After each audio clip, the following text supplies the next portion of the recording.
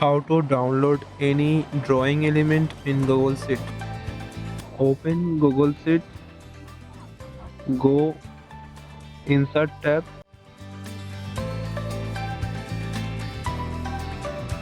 then click Drawing,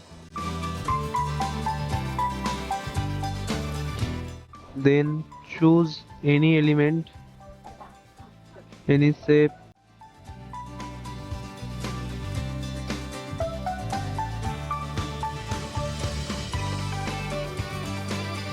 choose the color as well.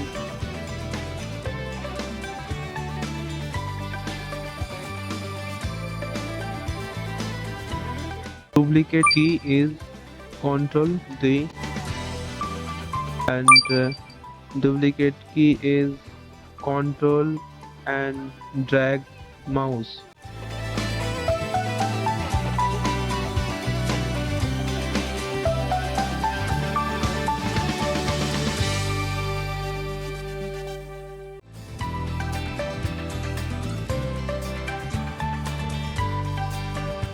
Then go Action tab, click Download, choose Picture Format, and click Download. So this file.